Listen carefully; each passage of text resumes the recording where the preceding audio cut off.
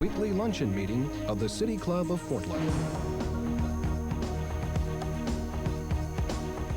Live weekly coverage of City Club is produced through the facilities of Portland Cable Access.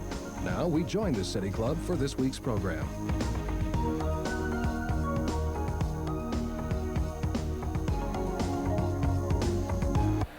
Good afternoon.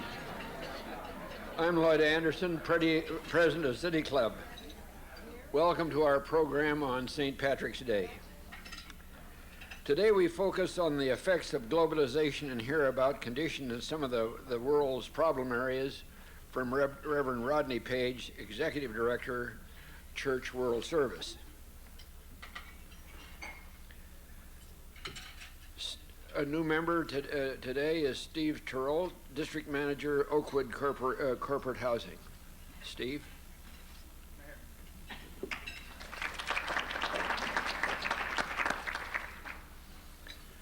On Friday, March the 24th, join us as we focus on a unique approach to dealing with the perennial problem, the conflict between growth impacts and the environment.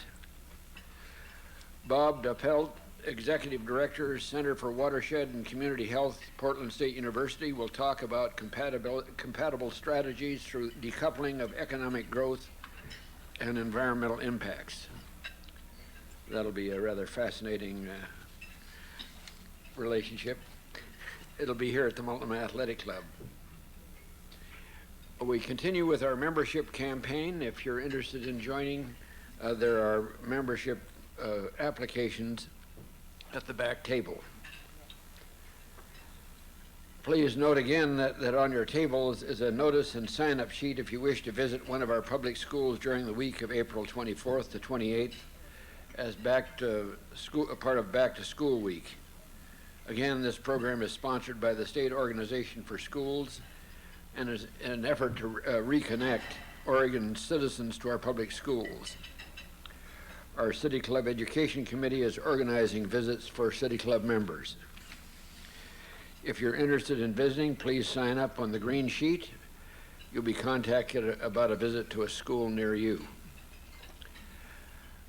There are, if you have questions that you'd like to have in writing, please write them on whatever piece of paper you've got on your table, and we'll have a staff member bring them up to be read.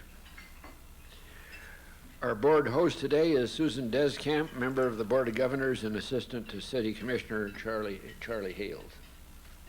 She'll ask the first question of our speaker. Following that, we'll open it up to City Club members from the floor and questions that you may have in writing.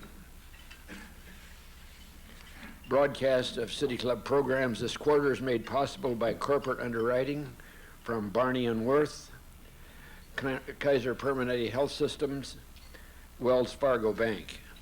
We're very grateful for their support.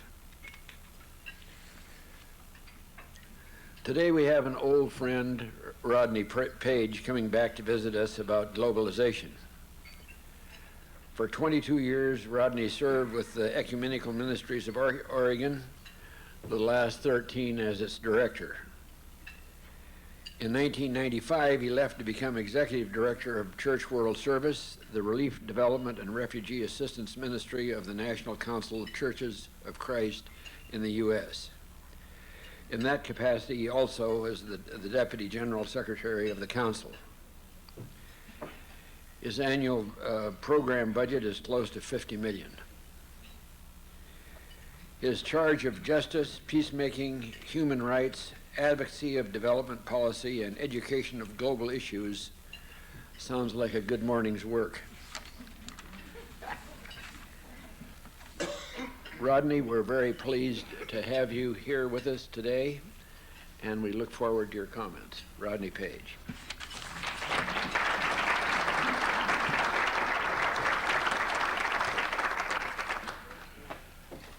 Thank you very much, Lloyd. It's good for my wife and I to be back here in Oregon. We're here also attending the Unit Committee meeting of Church World Service and Witness. I think this is the first time that the Unit Committee meeting has ever been held here on the West Coast. In fact, I think I was the first director ever from the West Coast in its history. We're delighted that they are here in Portland holding their semi-annual meeting. A lot has happened in the 4 years that I've been gone from Portland. A lot of things have hit the news recently from Portland. One of the things that I read in the New York Times was that that the city council is limiting the number of people that can attend church. Now, at the God Box that we affectionately call 475 Riverside, that houses me, the denominational offices where I work, and houses the headquarters of the National Council of Churches, many of my co-religionists were very upset to hear that the city council had limited the number of people attending church, but I took a different view. I thought that was very good, and I supported it very, very much. I'm writing Vera a letter to that effect, in fact. You may ask, well, why would you support the capping of attendance at the church services? And I said, well, because I remember going to China in 1978, right after the arrest of the Gang of Four and the end of the Cultural Revolution, and I'd see a church, and I'd say, oh, here's a church. Well, obviously a steeple and a belfry in it and everything. No, that's a factory.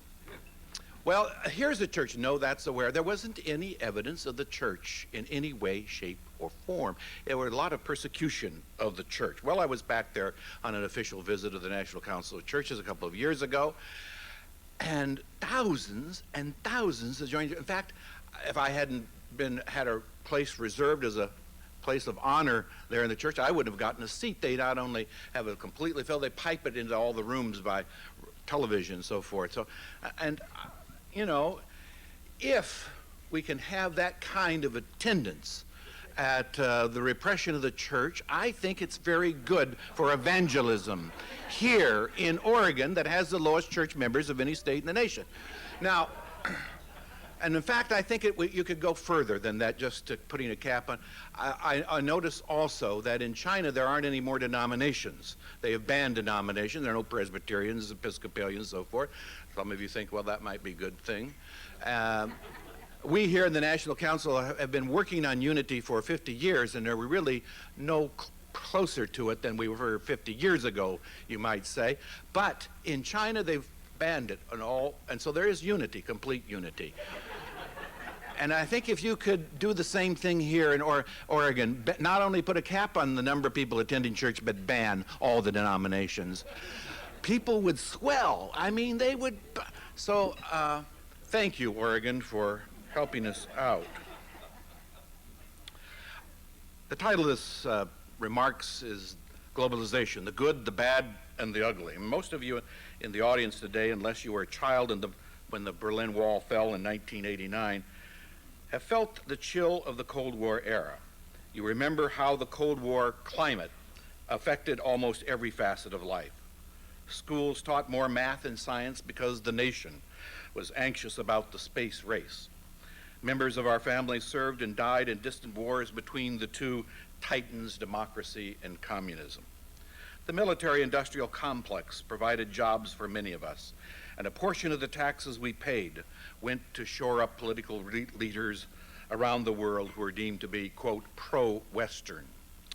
The popular press, radio, and TV were permeated by the Cold War, right down to the things we watched on TV. Remember the cartoon episodes that pitted Rocky and Bullwinkle, the American squirrel and mouse, against the Soviet spies Boris Badenov and Natasha?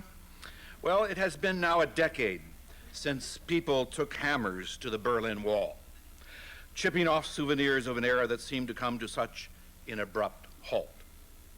In reality, global market forces had long been pressing against the wall and all that it symbolized.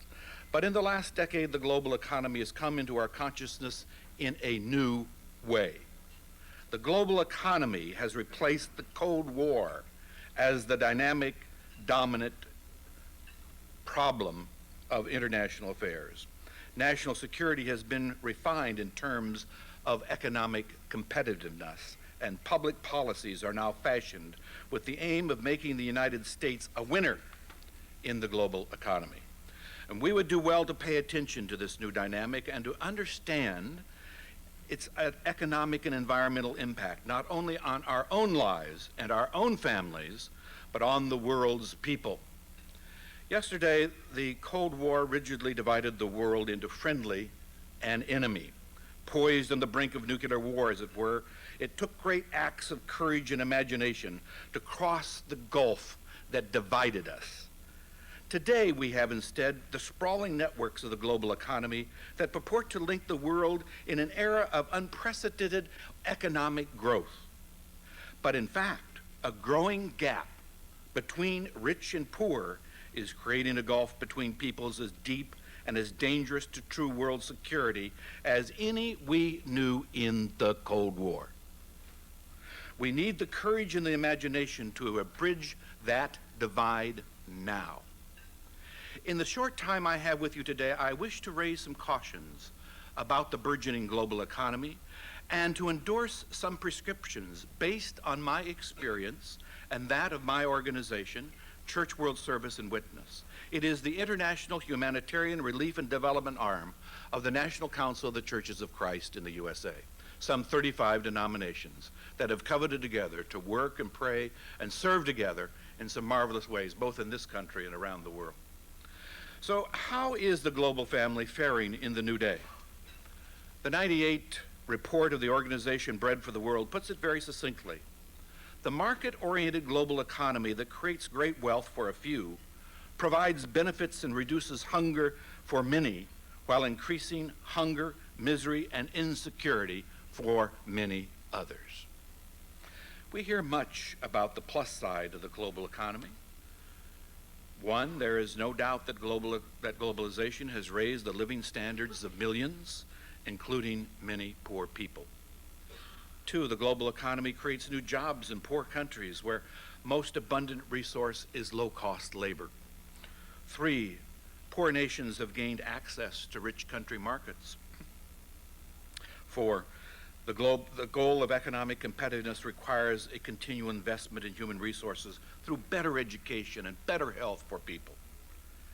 Five, many consumers enjoy more choices, better quality, and lower prices than ever before. And six, and greater income from trade provides at least the possibility to help those adversely impacted and to improve the lives of those who do not directly benefit. Indeed, when looked at in aggregate terms, the global economy has brought blessings. On average, infant mortality is lower. People live longer and are better educated today than they were 25 years ago. However, while economic indicators have risen overall, the share of wealth accruing to the world's poorest countries and poorest people is small and decreasing. Whether measured in world trade, private investment, or aid dollars, the growing disparity between rich countries, primarily in the northern hemisphere, and poor countries in the south, translates into massive losses in human potential and posing long-term threats for international stability and for democracy. No doubt about it, there is a downside to the global economy. Yes, globalization has increased the living standards of many, and equally true, it has brought untold misery to others who struggle desperately to survive, but whom economic forces have left behind. How deep is this misery? Imagine the suffering of people in over 100 developing countries today that have experienced disastrous failures in economic growth and continuing cuts in living standards. Right now, there are 1.3 billion men, women, and children who survive on less than $1 a day. The downside of globalization includes several problems that stem from the inequality and inequity resulting from the continuing dominance of the system by powerful nations. We find erosion of workers' rights as workers are played off against each other across national boundaries, and as human rights are traded off for profit or are relinquished in desperation. Other minus signs on the global economic ledger include these: food insecurity within countries that rely increasingly on export crops and environmental losses for short-term gains. I will not argue the fact that economic growth generally leads to the reduction of poverty, but the exceptions are numerous enough and the frequent side effects serious enough to dispel early or unqualified endorsement of open trade as a panacea. Economic growth is a necessary but not a sufficient condition for reducing poverty and hunger worldwide. Well, what can be done? Is there a lack of ideas for solving this problem? Not at all. Workable and affordable strategies abound to reverse the staggering statistics of poverty that I have cited. Rather, it is urgent that these social, economic, and political initiatives be mobilized for the well-being of poor and hungry people. In doing so, we may find that many people who feel manipulated by impersonal market forces will welcome new ways to join together in efforts toward the common good. I have seen some of these initiatives in action. For over 4 years, it has been my privilege to travel around the world on behalf of Church World Service. I have seen with my own eyes and experienced with my own senses the untenable conditions under which poor people live in Kenya, Thailand, Cambodia, Vietnam, Indonesia, Pakistan, Afghanistan, and many other places around the world that I've traveled. I have seen people struggle to maintain dignity amid the stench and filth and general oppression of their surroundings. And I have seen programs that can and do give help and hope. One of my first trips after being appointed director of Church World Service took me to Bangkok, Thailand, and to Jakarta, Indonesia, where many thousands of people live in shacks next to open cesspools. Thailand and Indonesia were the juggernauts of the economic revolution that brought new prosperity to Southeast Asia, but not everyone prospered. Amid the gleaming high-rise office towers, I saw the hovels of workers who toiled in slave-like conditions. With Jack Dunsford, our CWS director in the region, I walked among the poverty-stricken people, and I shall never forget this. I saw that Church World Service was there through civil and human rights programs that support people who confront injustice, through micro-enterprise programs that provide no-interest loans so that poor people can start small businesses, through programs for children and young people that help develop a sense of self-worth and respect for all. Later, when Indonesia's economic miracle collapsed, Church World Service was there with a Food for Work program. I wish you could have been with me in Sulawesi, Indonesia, to see this program at work. Through our partner, the Indonesian Council of Churches, we identify work projects that will build up the food security of the nation, employ persons in these projects, and pay their wages in rice supplied by the United States government. Thousands of people in Indonesia have enough to eat because they participate in this program. I also wish you could have been with me in North Korea, a land where crops have been devastated, first by 2 years of floods and then by drought.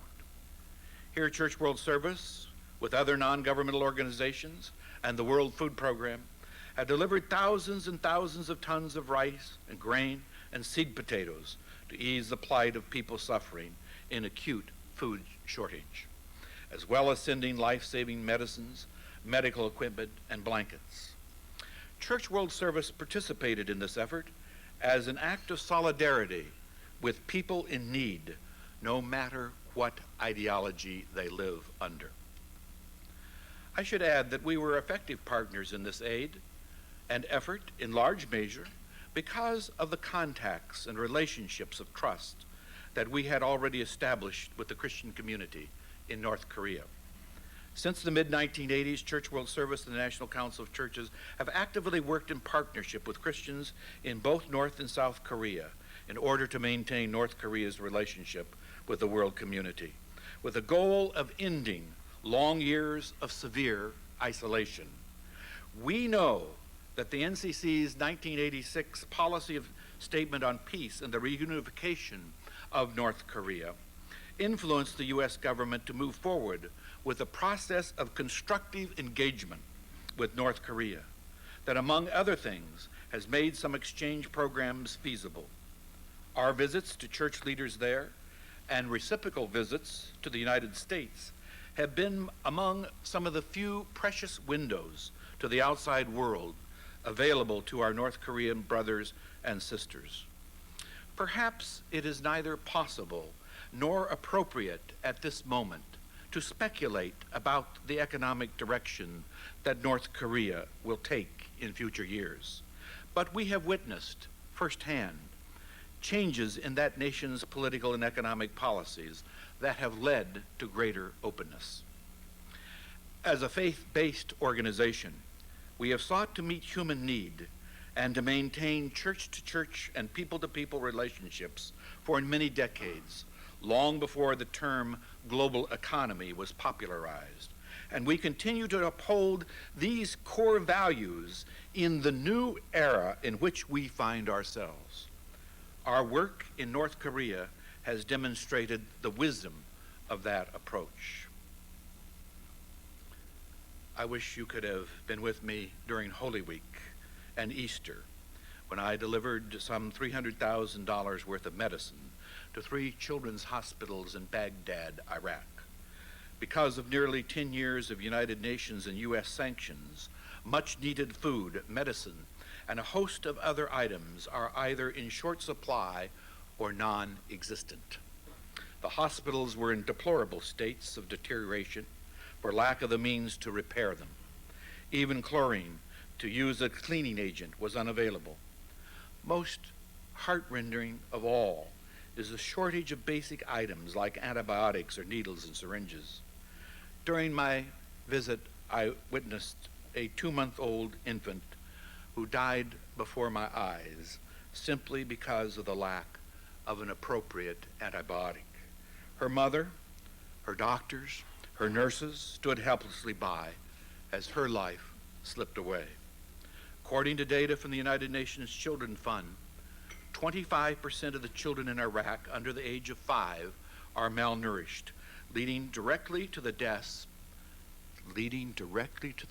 my friends, of 4,500 people a month dying in Iraq. It is estimated that 1 million to 1.5 million persons in Iraq may have died in the past 9.5 years due to the sanctions. Sanctions can be perceived as the ultimate weapon in relationship to the global economy. No doubt that the government of Iraq shares responsibility for this unconscionable situation. But the nations of this world, and especially the U.S., cannot evade their moral culpability in the suffering of powerless and vulnerable people. The last 2 heads of the UN humanitarian agency have quit. Dennis Holliday and Hans von Spanek have both resigned in protest over the continuing of sanctions against Iraq, followed by most recently the director of the World Food Program in Iraq. All have denounced the sanctions as politically ineffective and morally wrong. For this reason, Church World Service has provided not only millions of dollars worth of direct relief assistance to the suffering people of Iraq, but has also urged an end to the economic sanctions so that Iraqis can begin to return to the semblance of normal life. These glimpses of life in Thailand, Indonesia, North Korea, and Iraq are just few stories that could be told by Church World Service and its ecumenical partners around the world. We are at work together in more than 80 countries, providing help and hope to millions of people, and we have been at this task for over 50 years. It is with the benefit of this wide perspective and depth of experience that we at Church World Service come to some conclusions about the best ways to make our global economy a more fair marketplace for all people, and I would like to highlight 3 of them. 1, I have already alluded to the good that can come from appropriate partnerships between government and non-governmental organizations like Church World Service. There are times, of course, when we criticize government actions, as we do in the Iraq sanctions question, and Cuba and some other things. At other times and places, such as the Food for Work program in Indonesia that I have described, the combination of government aid and non-governmental organization know-how and contacts on the ground can create a life-saving synergy. I want to go on now to speak of two other major ways to improve our global economy: debt forgiveness and an increase in international aid. One action that can be taken this year, the bill is now in Congress, is to cancel the debt of the world's 41 poorest countries. Church World Service has joined many other groups in supporting the Jubilee 2000 campaign, a worldwide movement to cancel the crushing debt of poor countries by the end of the year 2000. This campaign was named for the biblical concept of Jubilee. In the Hebrew scriptures, it calls for every 50th year to be a time to correct the unjust accumulation of wealth. In the year of Jubilee, the land is to rest, properties are to be returned to the original owners, and all debts are to be canceled. Well, we're not asking for all properties to be returned to the original owners, but most of that. We believe that such correction is desperately needed today, when 1.5 billion people live in poverty, nearly half of them children. It is indicated when, for example, African countries spend more each year repaying debt than they do on all primary education and health care. Jubilee is the solution for developing countries whose debt makes it nearly impossible for them to escape poverty. Despite years of payments, debt levels have only increased due to compound interest and loan rescheduling. Today, the 41 poorest countries owe more than $223 billion, mostly to financial institutions such as the World Bank and the International Monetary Fund. They are only able to make about half of their payments each year. A UN report states that even with the best economic policies, highly indebted countries will never be able to escape debt without debt forgiveness. The success of Jubilee 2000 could literally be measured in the human lives that would be saved. In sub-Saharan Africa, one of the hardest hit regions, spends $13 billion on debt payments annually. UNICEF believes that $9 billion invested in social development projects would save the lives of 21 million people, mainly children. This moral imperative for debt relief also makes good common sense. For example, there is a direct relationship between the debt and rampant deforestation, which contributes to global warming. This occurs as governments sell off their natural resources and chop down the forests to plant cash crops and to earn foreign currency. The drug trade is protected in many countries because it provides valuable foreign currency for their interest payments.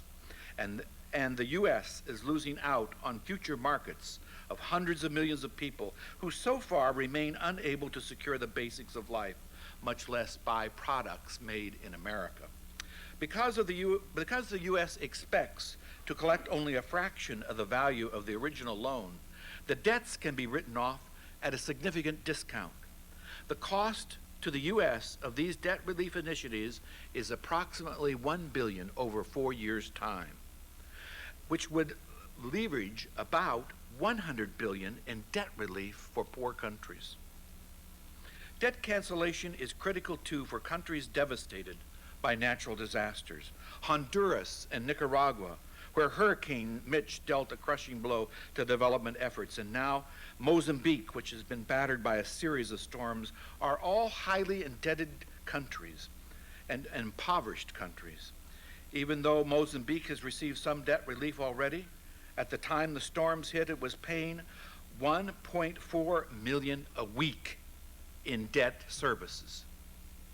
Imagine the benefit that could be redirected to reconstructing Mozambique's shattered infrastructure instead. The human cost of international debt has become a moral concern for millions of U.S. citizens. Over the past 2 years, Organizations and individuals across the country have sought to address this concern through study groups, worship services, local events, petition campaigns, letters to the editor, and contacts with public officials. All of this has brought the debt issue from almost total obscurity to the level of a national crusade. In addition to debt cancellation, Church World Service urges our government to step up its aid to poor countries. We deplore the current trend in our nation that has actually reduced the United States foreign aid budget despite a federal budget surplus. We in the private sector take seriously our responsibility to respond to the people in need globally. However, sometimes our efforts are not enough.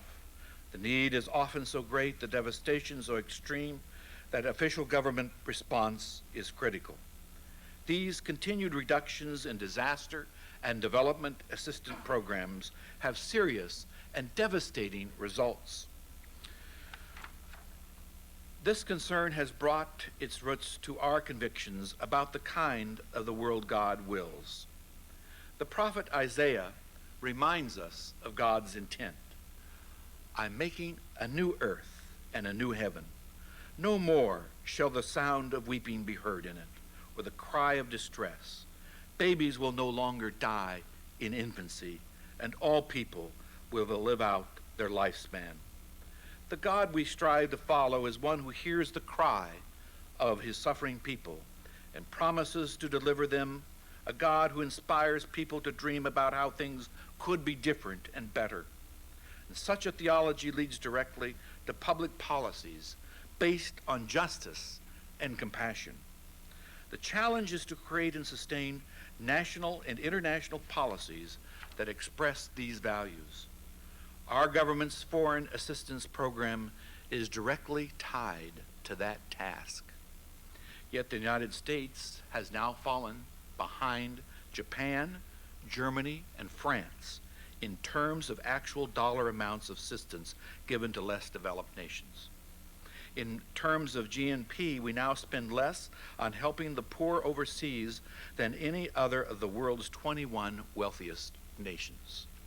Last year, 1/4 of all U.S. foreign aid went to high-income nations at a per capita expenditure of over $5 per person for the 638 million people living there. In contrast, the 3 billion living in the world's poorest countries received the equivalent of only 96 cents per person. And of this assistance, almost half went to military or security assistance. In overall terms, I have to tell you this story. When I was with the Secretary of State, Madeleine Albright, she asked us, there was a group of religious leaders meeting with her at the Turkey crisis, and she asked, how much of the federal budget goes for foreign assistance? Everybody in the room guessed various figures, 15%, 10%, 5%. I said, 1/2 of 1%. I was the only one in the room who got it right. 1/2 of 1% is the total amount of the federal budget that goes for foreign assistance. This situation is inexcusable for a nation that considers itself a world leader. These assistance programs really do make a difference. Foreign aid improves the standard of living, it promotes stable economies, protects the environment, and can prevent the need for continual disaster response. Foreign aid also prevents starvation. But in recent years in Sudan, for example, where the UN estimated that 1.2 million people were at risk of death by starvation, food distribution centers were unable to provide hungry people with the full rations they need to survive due to the shortfalls in international giving.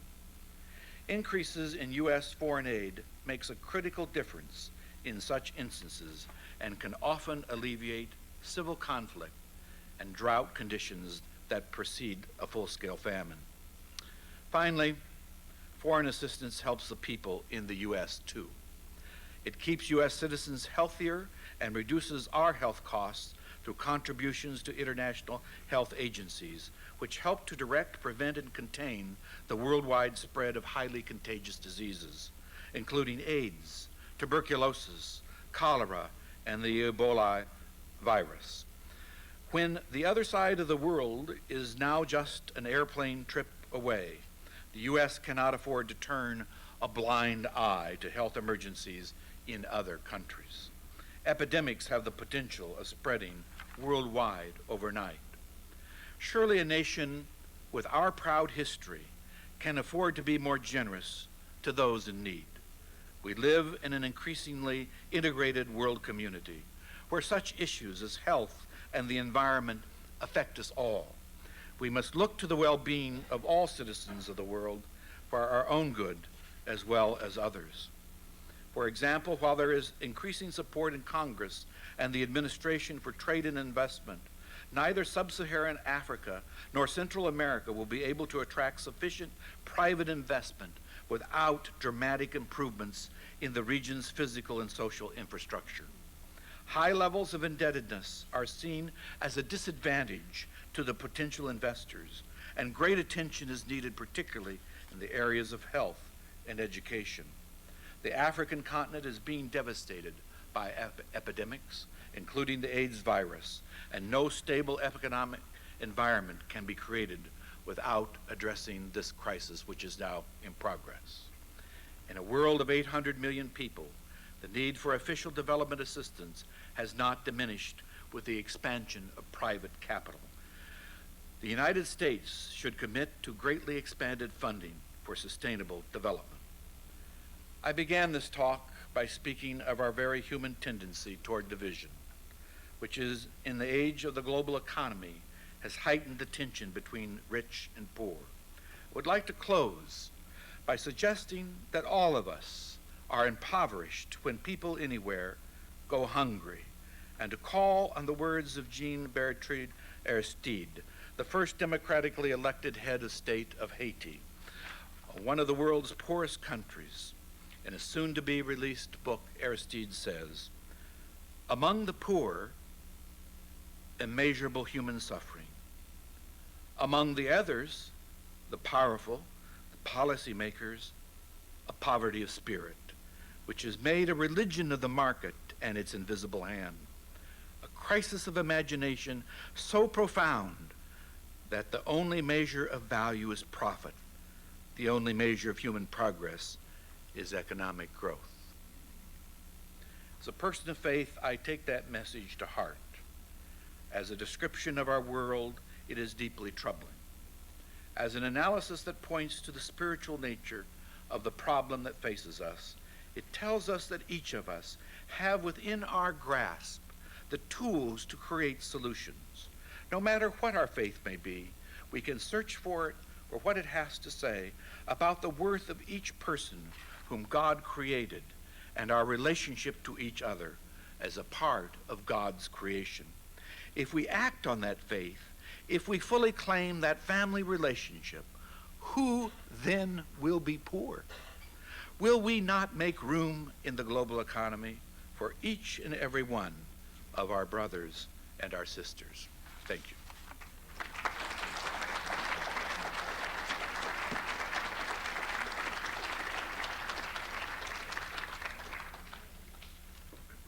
Thank you, Rodney. It's wonderful to have him back, and I want to tell you that I was fortunate enough to work at the Center for Urban Education and Ecumenical Ministries of Oregon 30 years ago with Rodney and Stephen Schneider and some wonderful people.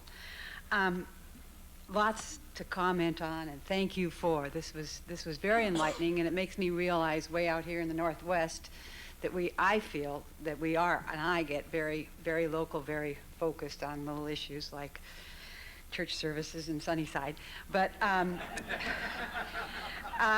what I want to know is, and from your experience, and certainly all around the country as well as all around the world, what is it that we can do? What are our church communities doing? What are concerned citizens, if they're unchurched like so many in Oregon, what can we do? Because the debt reduction, the Jubilee theme, the concepts, I understand, I appreciate, but I still feel they're so out there. Yeah. And how can I bring it home? I mean, Earl Blumenauer was here last summer. He told us about this infinitesimal proportion that we're giving on the national foreign aid. So That's my question. Yes. Thank you very much. There are many ways, personally and individually, people can contribute to those organizations that are involved in the reduction of world poverty. There are organizations here and even in this city, in this state, that are committed to that. The Mercy Corps International, Church World Service, all kinds of organizations that, so you personally can contribute. Notice I didn't mention my own organization first, Church World Service crowd. You can also get behind the Jubilee 2000. Lisa Wright is here in the audience even as I speak. Will you just please stand, who is one of the coordinators for Jubilee 2000, Washington, D.C., in charge of our Washington office. And on April the 9th, there's going to be a national mobilization in Washington. If you want to come, we'll make room for you. We're going to surround the World Bank and the International Monetary Fund. And where else? Are we going to surround the White House too? Good, we're going to surround the White House too. To make known that the people in this country want to see debt elimination for the 41 poorest countries in the world. So you can do that on the next day, on April the 10th. We're going to swarm all over Capitol Hill and make known to our respective legislators. You can also advocate for the foreign assistance budget. Every year, as I say, they have cut the foreign assistance budget. This year, for the first time, the President has indicated there will be a slight increase. I believe that's right, isn't it, Lisa? So there will be a slight increase for the first time. Get behind it, write letters to your congresspeople and to your senators and so forth to vote for an increase in the federal assistance budget. As I said, did you know that most of the foreign assistance budget goes for two countries? Can anybody name them? Israel and Egypt. You're absolutely right. Israel and Egypt. About half the foreign assistance budget goes to two countries. Why was that? To cement the Middle East peace process. You're absolutely right. The Camp David Accords. Mm-hmm. So most people don't know that. Matteo Luccio, City Club member. Mm-hmm. World population growth, while it's slowing down a little bit, is still proceeding geometrically. That's for sure. And it is severely aggravating resource depletion, deforestation, conflict over resources, poverty, etc. I believe that religious leaders, most notably the Pope, who oppose family planning and women's emancipation, which is part of the solution to family planning and reducing population growth, are doing a tremendous disservice to the world in terms of all the problems you listed, as well as environmental degradation and so forth. Would you comment on that, please? Well, you like to ask the hard questions, don't you? There are many different positions on population control of religious communions that make up the 35-member denominations of the National Council of Churches, and those who are outside. The Roman Catholics are not a part of the National Council of Churches, although the Orthodox and most all Protestants, the mainline Protestant denominations are. And even there is a variance of opinion. Family planning is an issue that has different positions among the different denominations. Certainly population control is a very important issue, and much more has to be done to try to solve this very nettlesome problem.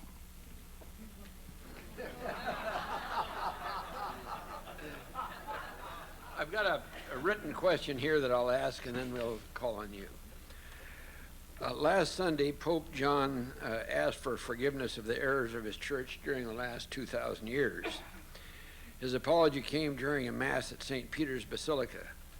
He singled out some of the key Catholic lapses, both past and present, including religious intolerance and injustice towards Jews, women, indigenous peoples, immigrants, the poor, and the unborn. From your position as an executive of the Council of Churches, what's your opinion of the Catholic apology? Has or do you think the Council will make a reply to the Pope's question? Yes or no? I'm retiring on May 15th. And asked me that question at that time. No, actually, I think we have spoken on that. Randy Naylor is here, head of the communications department at NCC, and we have spoken on that, and we are very laudatory of the Pope's apology, and I think that that goes a long way in some of the healing and reconciliation. I know Michael Henderson here, a friend of ministry many years when I was here in Oregon, is shaking his head. And I think the moral rearmament has been very involved in that kind of reconciliation, those kinds of apologies and healing. So yes, we support that apology very much. I think it didn't go as far enough for some Jewish leaders and who are very concerned about the Holocaust and its implications. But I think that this was a wonderful effort and a wonderful thing that the Holy Father did. We support him. Bill Spofford, City Club. Hi, Bill. Rod. I think one of the big problems is these issues never get in any debates. Yeah. What we get is you're worse than I am, and no creativity. Now, what kind of questions should we be asking our senators and legislatures and presidential candidates? You're absolutely right, Bill. Right on. It's Bishop Bill Spofford. Well, you know, when Gene McCarthy campaigned here, he said he got more questions on foreign policy in the world and international questions than any other place in the United States that he campaigned on. I think there is more concern here in the Northwest and in Oregon in particular about global issues and global concerns and so forth. And I think we need to be raising these questions about debt relief and about some of these things that don't get raised because most of it's domestic issues, and even there they're not dealt with very adequately. As you say, that it's pablum, it's you said, we said, I said, so forth. But to raise these issues and questions about international relations, global economy, debt relief, foreign aid and assistance, and these sort of things, it doesn't have a great constituency. I just attended a few weeks ago the National Summit on Africa, where we're trying to build a national constituency for Africa. There were thousands of people there. I think it was 5,000 to 6,000 people in attendance at the summit. And it brought together all the African American groups as well as a number of other groups to put together a comprehensive package for Africa in terms of aid. And I think that the Africa Trade Bill, the Seeds Bill that was passed, the Directed at Africa, and some of the other things are going to have hopefully a very good effect. But to keep on raising those issues and concerns that are endemic to international interest. Ray Plani, a City Club member. Yes. Reverend Page, would you comment on the role of the United Nations? Finally, I guess, the U.S. government is getting ready to repay its long-standing debt. Yes, it is. The Helms-Biden agreement will see to it over a period of time. I think we have to do it in time. It's such a crushing thing, isn't it? That's right. And there are strings attached. Matteo Lucio mentioned population planning. So what do you think about that? I think a role for the United Nations is very appropriate in international issues. It can be done in many ways. Would you comment on? Well, yes, and we work very closely with the United Nations. And in fact, we are accredited non-governmental organization to the United Nations. And in various countries around the world, we work with various aspects of the United Nations. The UN High Commissioner on Refugees, we work in bringing literally thousands of refugees from all parts of the world here to the United States. We brought many of the refugees that have come here to Oregon. That's been our organization. Our local affiliate is SOAR, through Ecumenical Ministries of Oregon, sponsors Organized to Assist Refugees. So the United Nations plays a very critical and crucial role in social and economic development around the world. We need the United Nations. We need to support the United Nations. It has a very critical role. And unfortunately, we have not supported adequately the UN. Mia Jolly, I don't know if she's here or not, which is one of our representatives to the United Nations, but she could tell you how much that bill that is going, the Biden-Helms bill is going to help. I don't think it restores really all that we owe the United Nations, and there's a lot of strings. Yeah, that's right. That's right. But so we certainly support the role and efforts of the United Nations and our partnership where it's appropriate in various parts of the world. Betsy Warrener, City Club member. Uh-huh. It's my understanding that many of the 41 nations have paid way beyond what they were first loaned. That's exactly right. Many people don't realize that they've paid this in the interest payments. They've paid more than the principal, but it keeps building up, building up, building up. And my question is, wouldn't this be helpful for people to know? Yeah. I should have let you ask that question, Brian. Yes, it is, and thank you for raising it. Yes. Go ahead, and then I have a couple of questions. All right. John Leeper, City Club member. Mm-hmm. I personally, sir, think that the U.S. contribution for international aid is less than satisfactory. My question for you is, of the other religions of the world, Islam and the like, Mm-hmm. what is your coordination with them on national and international relief within their own countries and on a bigger scene? And what is their position, if you by chance know it? Yes, I do. We work very closely with Islamic organizations, which have counterparts to the International Red Cross, the International Red Crescent, IMAT, and similar organizations. We work very closely with them in places like Bosnia and Herzegovina and Kosovo. In Afghanistan, we have 3 medical clinics and a girls' school. The Taliban haven't closed our girls' school down yet. It's in Jalalabad, which is a ways away from Kabul, and I think the further away you get from Kabul, the influence of the Taliban has decreased. You know, I don't think in all my travels all over the world I was very scared for my life, and I've been in the jungles of Thailand along the Burma-Thai border, and I've been in various and sundry places, except in Afghanistan. I had to have an armed guard with me in Afghanistan, and the Taliban have these AK-47s strapped to their back. And I didn't tarry too long in the country, but it was a scary situation, and the women are certainly terribly, terribly oppressed, and the country is in total shambles with the medical facilities. In fact, about the only really good medical facilities are the ones we operate, and some other non-governmental organizations operate there in Afghanistan. What was the question? Oh yes, we work very closely with many Islamic and also Jewish organizations as well, and coordinate. There's a great collaboration among non-governmental organizations. And sometimes that coordination is done through the United Nations, sometimes, more often than not, it's done collaboratively among ourselves.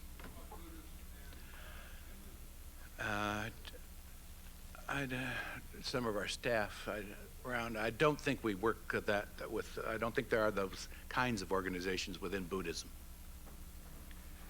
The countries that don't participate in the global economy, free trade, are often those that have repressive regimes with their citizens in the most desperate straits.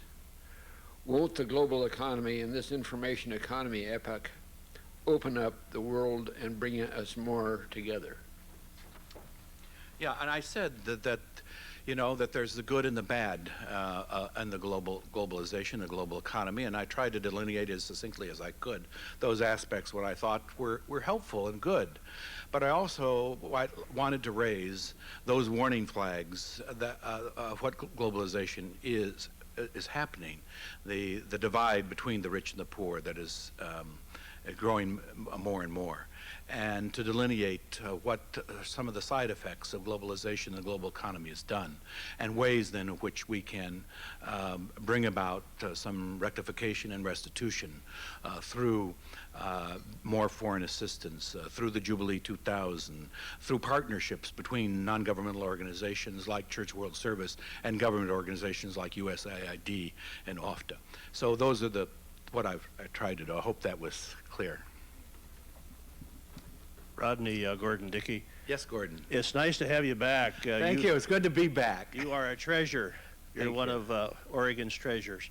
Can you just share with us your retirement and what you're going to do, and are you going to come back to us? Yes. My wife is here, Sandy, if you'll stand, please. She was a vice principal at Cleveland High School many years, and my official retirement, Pat Mounty, who is the head of Church World Service with the Episcopal Church, is May 15th. And my wife and I, because I've traveled so much and not been in New York a lot of the time, we plan to stay and play in New York until about the end of August when we move back here to Oregon. If somebody can find maybe you can, Charlotte, you can find a apartment or someplace. We want to live in the downtown area. But we plan to move back here and be a part of the Oregon scene. The NCC has been involved in the question of the young Cuban boy in Florida. Mm-hmm. Can you enlighten us on the situation? Both our past General Secretary, Dr. Joan Brown Campbell, and our current General Secretary, Robert Edgar, who is here in Portland. I don't think he came, did he, Randy, to the luncheon, but he has been here and attending the meetings of Church World Service. Our new General Secretary have played a very key role in trying to reunite Elian Gonzalez with his father. If this had not been Cuba, he would have been returned in a nanosecond by the INS. But because of the Cuban community in exile in Miami, and because of Cuba, our relations with Cuba, that has exacerbated the situation to no end. Our former General Secretary, Dr. Campbell, has been able to secure legal counsel for Elian's father, who was President Clinton's lawyer during his impeachment hearings and also was President Kennedy's lawyer. And he is taking the case pro bono, and he has flown back to Cuba and interviewed the father, and the father is willing to come here to the United States and to reclaim his son, I am told. It is in the federal courts. The federal judge that was to hear the case, I think, Randy, he had a stroke or something just before the case, the day before the case was to be heard. I don't know whether it's been given to another judge. It has been given now to another judge. The judge has heard the case and will be making a decision shortly. We don't know when it will come down, but it will. The decision will be made shortly. And we're hoping that our General Secretary or the National Council can play a role eventually in reuniting the boy with his father. We have played, I think, a very good, critical, crucial role during the negotiations and bringing the grandmothers here. As you remember, it was the National Council of Churches that brought the grandmothers here and and reunited with the boy. It is our understanding the boy wants to return and be with his father. Thank you.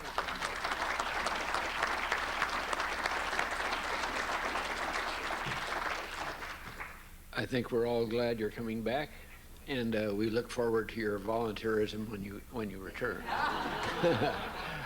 We're adjourned.